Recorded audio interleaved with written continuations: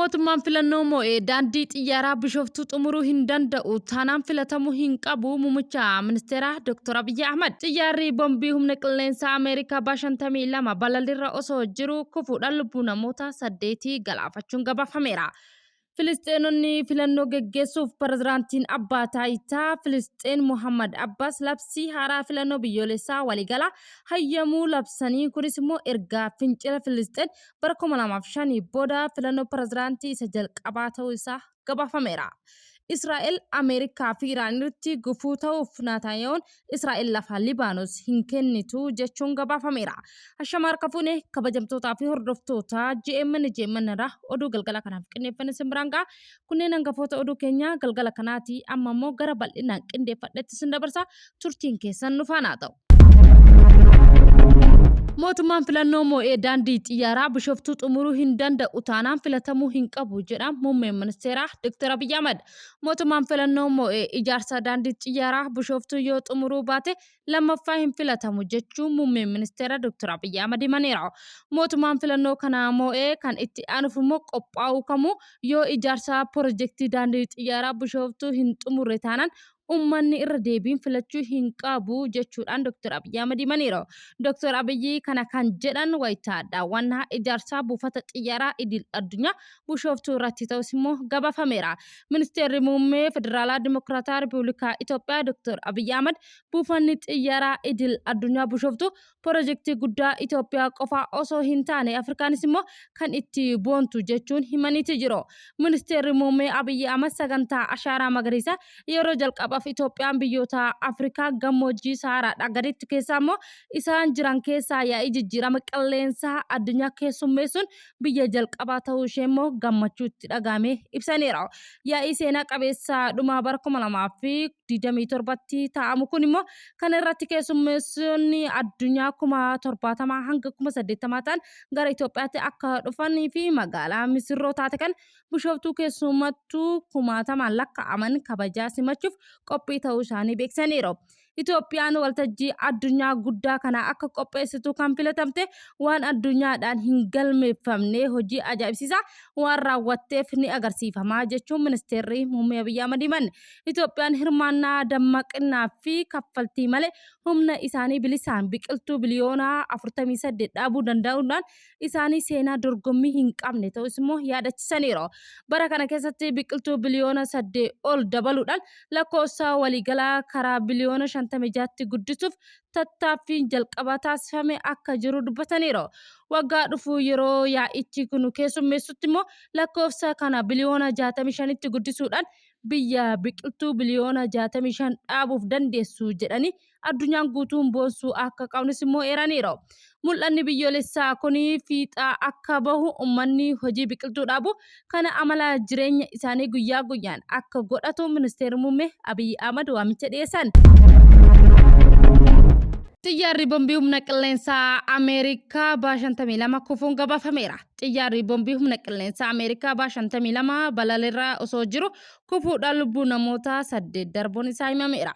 Balaa xiyyaaraa humna qilleensaa Ameerikaa kun buufata kaabaa Los Angelesitti Kaalifoorniyaatti argamutti mudatuudhaan miseensonni humna waraanaa xiyyaarichaa keessa turanii fi tuutni hojii waliin turan hundi isaanii du'uun isaa gabaafame.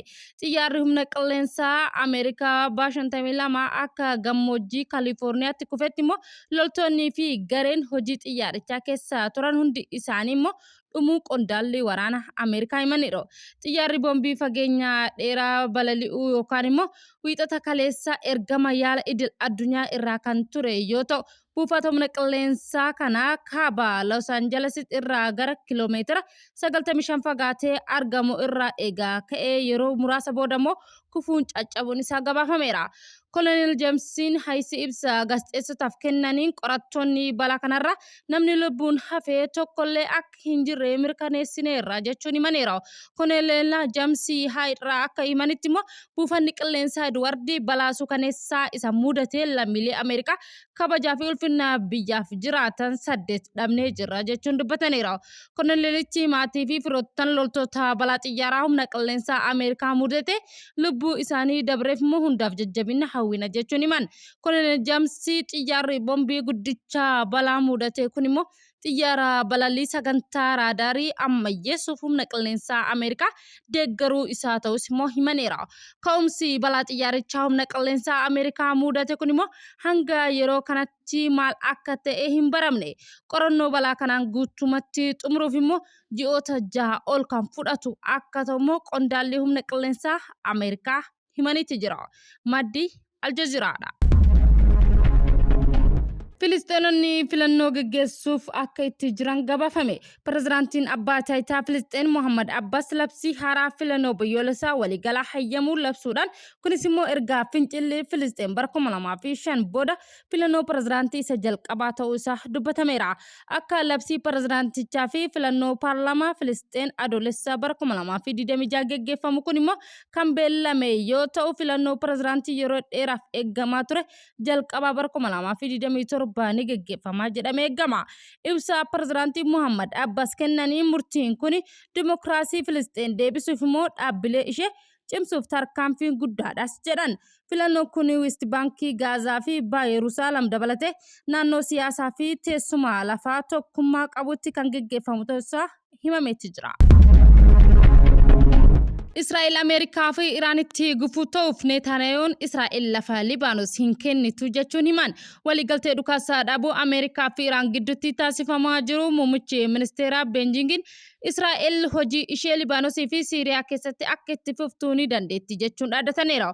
Netanyahuun gaazexeessotaaf akka himanitti loltoonni Israa'el Libaanos keessaa kan hafan yoo ta'u gara iskuweerii kiiloomeetira 570 kan qabatan ta'us immoo gabaafameera.